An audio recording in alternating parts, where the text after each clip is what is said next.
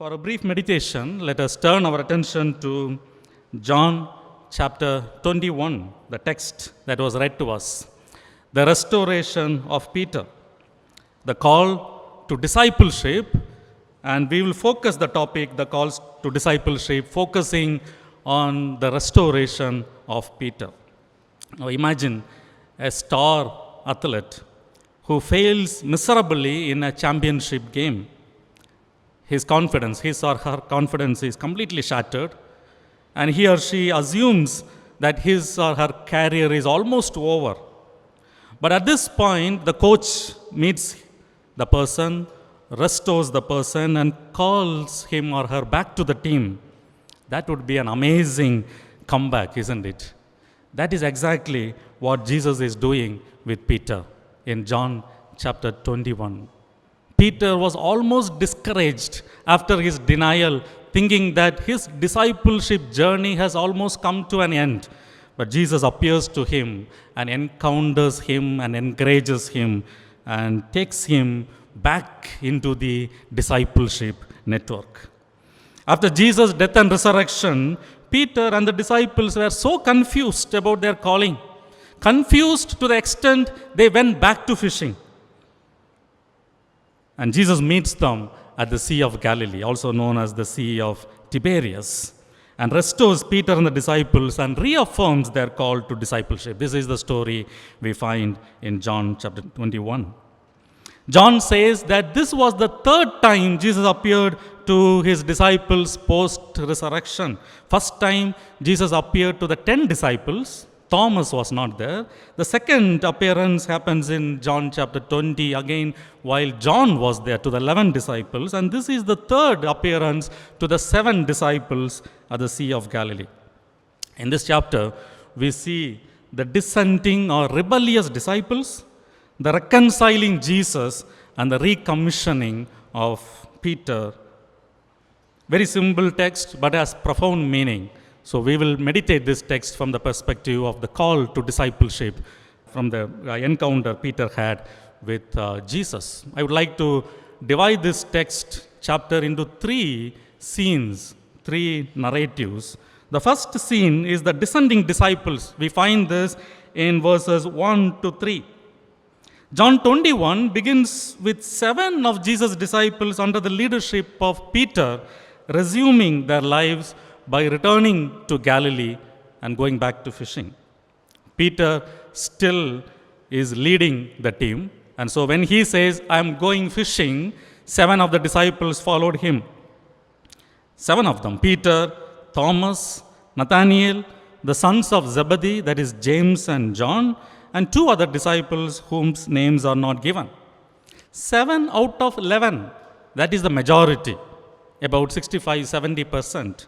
7 out of 11, they passed a no-confidence motion on Jesus and went back to the starting point from where they started to follow Jesus. Maybe the number 7 is a symbolic of the entire group, because the focus is on the leader of the group, Peter. He was the one who organized this fishing project. Instead of bringing his friends back to Jesus, instead of networking them back to Christ, he is actually taking them away from Jesus, away to a place where they were before 3.5 years. They were just in the exact spot 3.5 years before they started following Jesus. In some sense, they have come a full circle. Started the journey from the Sea of Galilee, followed Jesus for 3.5 years, now back to the shores of Galilee to square one. You might be wondering what they are doing in Galilee. Shouldn't they be in Jerusalem, the epicenter of religious activities of that time? John does not tell us why the disciples are back in Galilee, but in fact they are instructed to go to Galilee by Jesus himself. In Matthew chapter 28, twice, once by an angel and also the second time through the women, Jesus instructed the disciples to be in Galilee.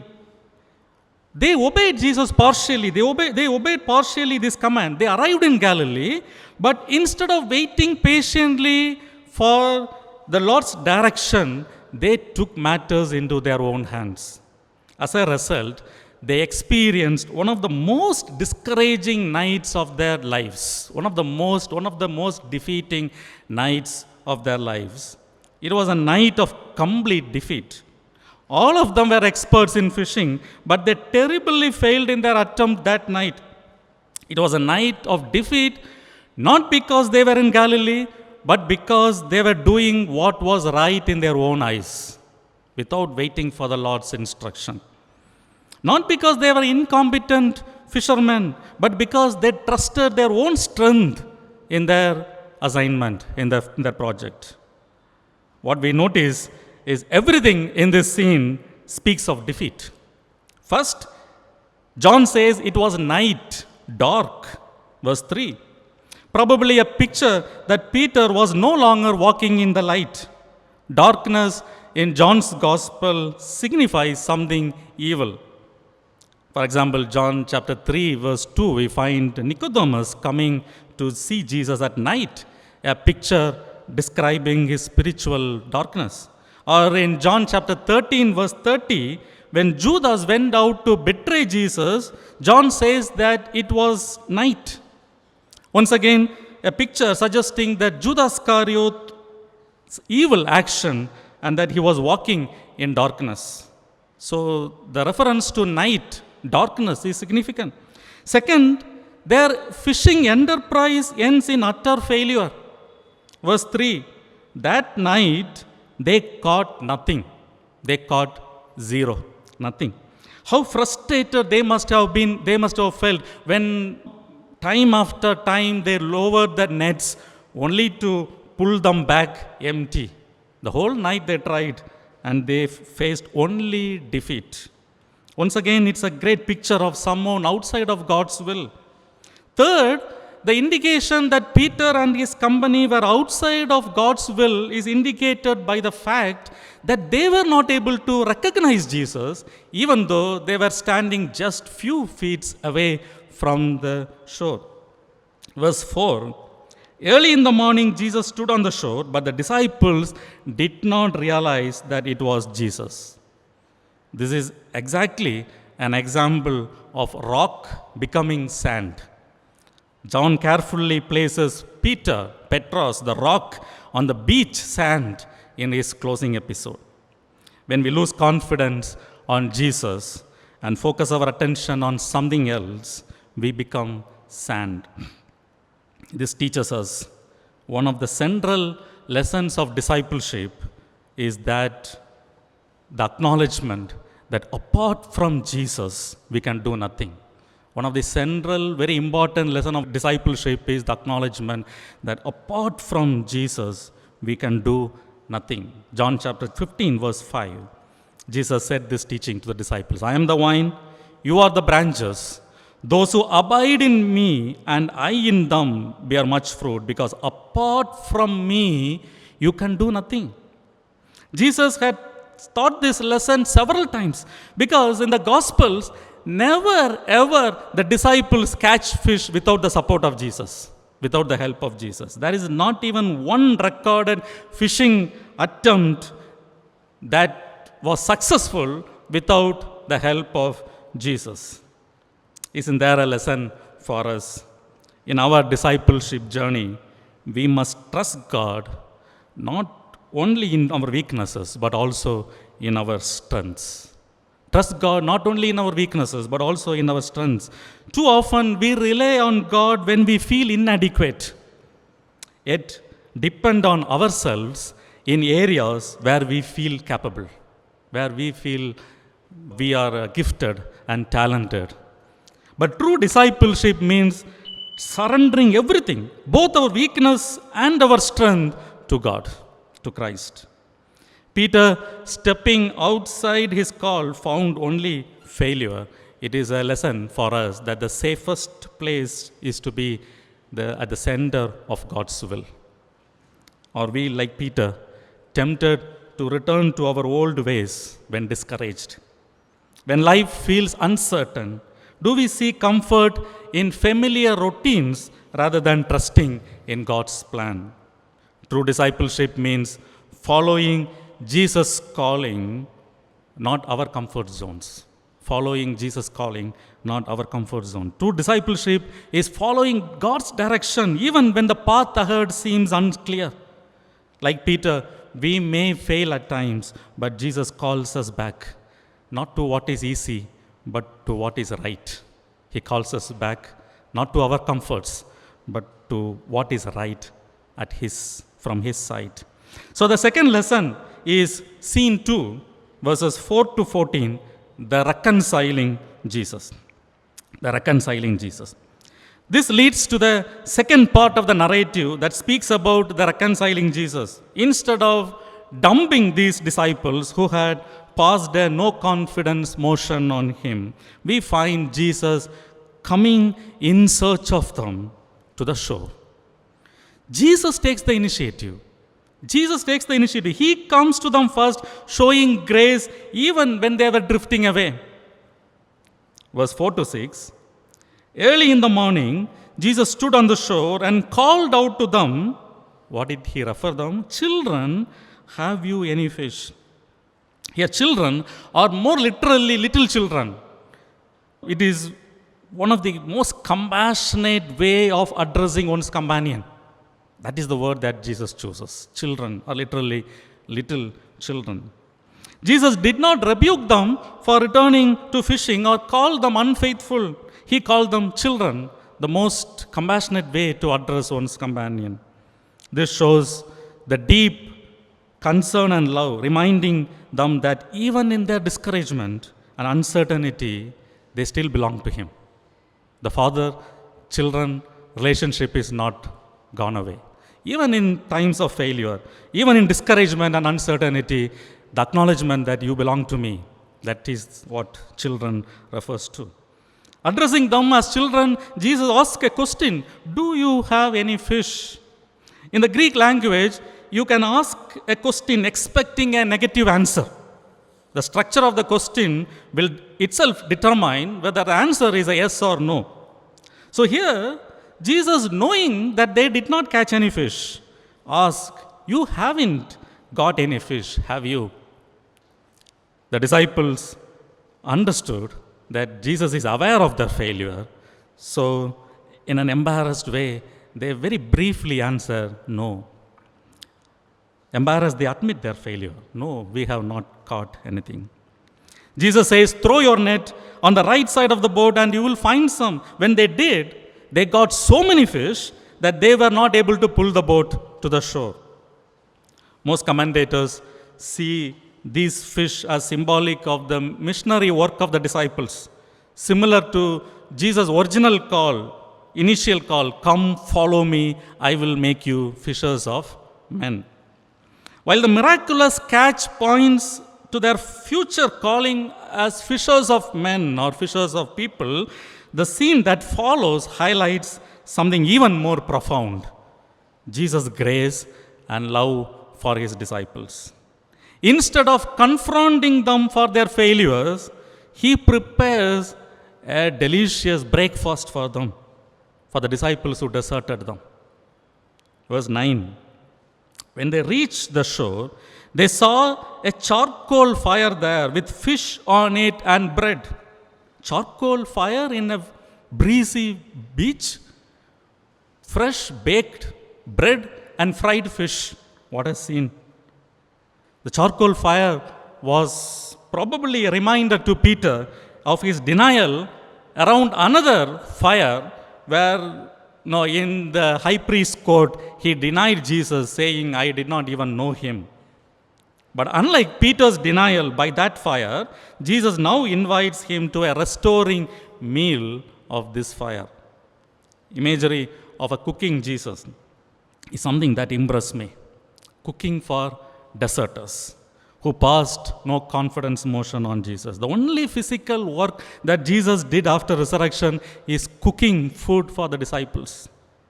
Cooking real bread and fish with the help of charcoal in the breezy beach, willing to dirty His glorified body with the ashes of the charcoal. Remember that He is in the glorified body. This is the epitome of Christ's love For me, the image of a cooking Jesus expresses Christ's love as much as the cross symbolizes his love. No commentators say this is a miracle. That means Jesus physically baked bread and fried fish for the disciples. He caught the fish, he brought the flour, he mixed the dough, he lit the fire, and went through the process of baking and frying. In fact, while the disciples were backsliding from him, he was actually preparing food for them. It shows the effort that Jesus takes to bring a person back into his network. The effort that he takes to bring a person back to discipleship. That is the epitome of Christ's love. It is like something like investing on failed businessmen. Nobody likes to invest on failed business. Now, Christianity today has become more and more corporate cultured, where the sole aim is to make profit. But Jesus was willing to invest on these failed little ones. Note that Jesus not only accepts Peter, but he accepts an imperfectly repentant Peter. Jesus does not rebuke Peter, but restores him through his love. That's the lesson for us. Jesus doesn't abandon us in our failures. He meets us where we are. His love is not distant. He doesn't work through merely agents. His love is very personal. He himself comes to us.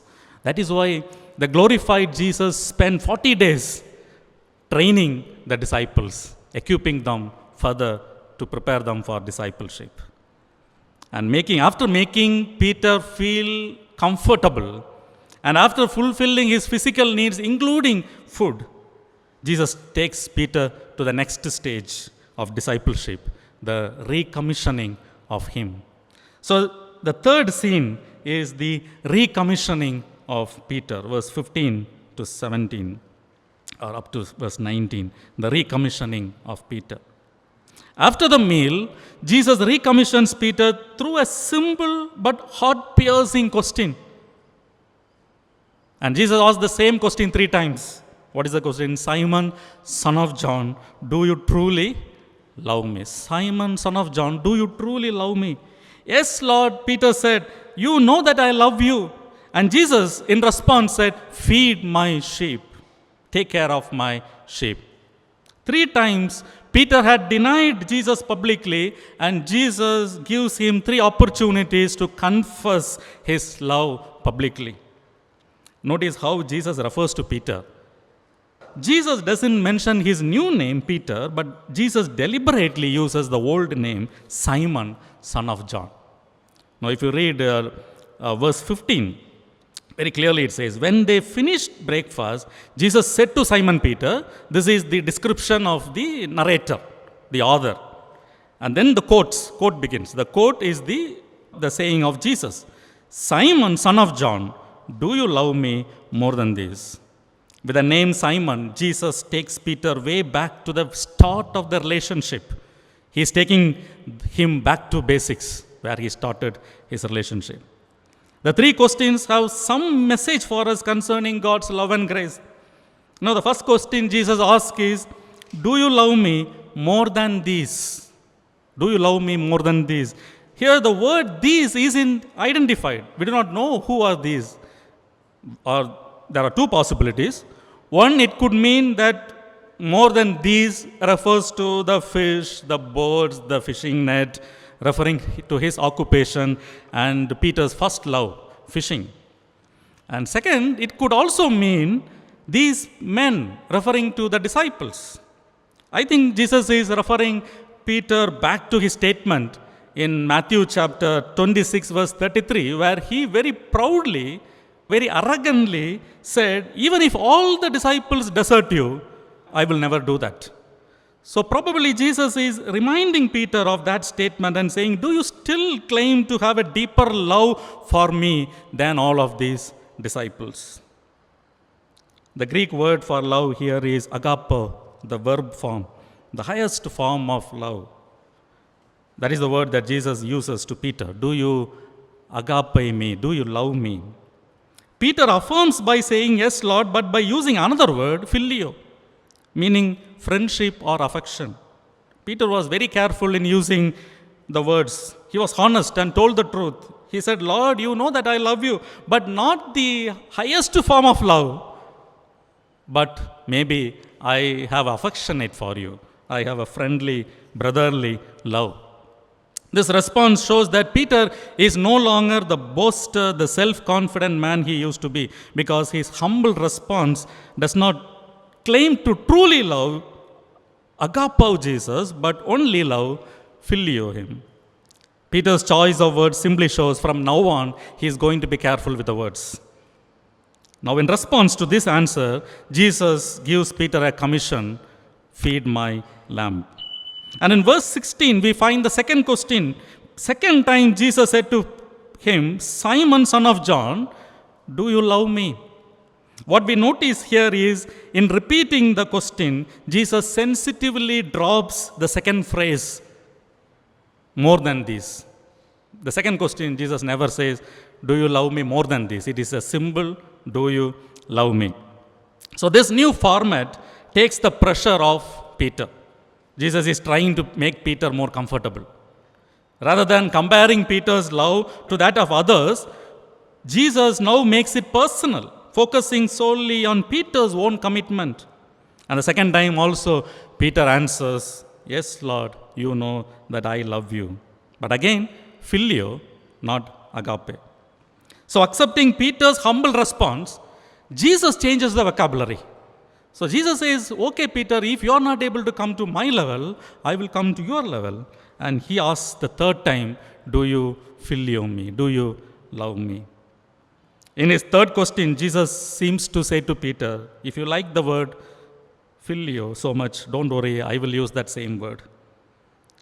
So Jesus says, Simon, are you affectionate of me? The word for love shifts from sacrificial love to brotherly love. Jesus meets Peter at his level and lifts him up. What a humble Savior we have. Peter did not expect this, so he breaks down. Throughout this dramatic and personal movement, Christ's commission remains consistent. I want you to do something for me. Feed my lamb. Jesus lets Peter and the other disciples know that he has not given himself on Simon Peter. He has not abandoned him. In three responses from Peter, the memory of his denials are completely wiped off. The slate is wiped clean. A new call to discipleship. Peter is no longer just a follower, but a shepherd of God's people. Now, there's an illustration. Once a mischievous person entered the Rijksmuseum in Amsterdam, and with a hammer, he began to smash Michelangelo's beautiful sculpture, the Pieta. The cherished artwork was severely damaged. But what the officials did they throw away the art and forget about it? No, they did not do that. Using the best experts, they worked with utmost care and precision and made every effort to restore that masterpiece back to life. That is exactly what happens here. Jesus is restoring Peter back to discipleship. The lesson for us is, by his sovereign grace, God, the master restorer, can bring good out of our failures for his glory. Whatever our past may be, like Peter, Jesus stands to forgive and restore us. He gives us another chance, the second chance. He does everything to bring us back into the network. Even when he could choose someone else, he doesn't do that because his grace is greater than our limitations. If only God uses perfect people, I don't think he can use anyone because there is no perfect people. Instead, God uses people who love him. So it's not our gifts and talents that qualify us, it is our love for him that qualifies us. Not people who love him with some superhuman love, but those who love him with a simple love, like Peter, honest in love, not pretend to be love. Yes, Lord, I cannot love you to that level. I can only love you to this level. That was Peter's acknowledgement. People who are honest in their love. Honest love is the password for discipleship. Love with responsibility. Every time Peter said, "Yes, Lord, I love you," Jesus gave him new responsibility. Not a reward, possibly it was a responsibility. The underlying message here is that love for Christ is the only acceptable motive for serving him. Love that is characterized by humility, honesty, dependence, and obedience. The lesson for us is if we follow Christ for fame or wealth, our faith will falter. If we follow Christ for fame or wealth, at some point of life, some point of time, we will feel discouraged. But if we follow him out of genuine love for him, we will stand firm and never be disappointed. This recommissioned Peter became one of the greatest apostles in the early church. We know him as the preacher on the day of Pentecost. On a single sermon, 3,000 people were added to the church. We know him as the spokesperson of the church in Jerusalem. We know him as the bold spokesperson of the disciples who would dare to say on the face of persecution, "We must obey God rather than people." In conclusion, Peter's story is a reminder that our calling is not based on our perfection, but on our love for Jesus. There will be moments of doubt, there will be moments of failure and discouragement in the journey to discipleship. But don't worry, Jesus doesn't abandon us. He meets us, he restores us, and recommissions us. He never leaves us until he brings us back to the network. He takes every effort to bring us back, to restore us back. As future church leaders, missionaries, and servants of God, let our motivation not be success, recognition, or security, but a deep, deep sense of love for our Savior. If our calling is rooted in love for him, no challenge can shake us, no adversity can trouble us. May God help us to follow him, not out of fear or personal ambition, but out of sincere love for Christ. May he strengthen us to rise from our failures, embrace his restoration, and walk confidently in our journey to discipleship. And may our lives be a testimony of his grace as we serve him with humility, obedience, and unwavering devotion.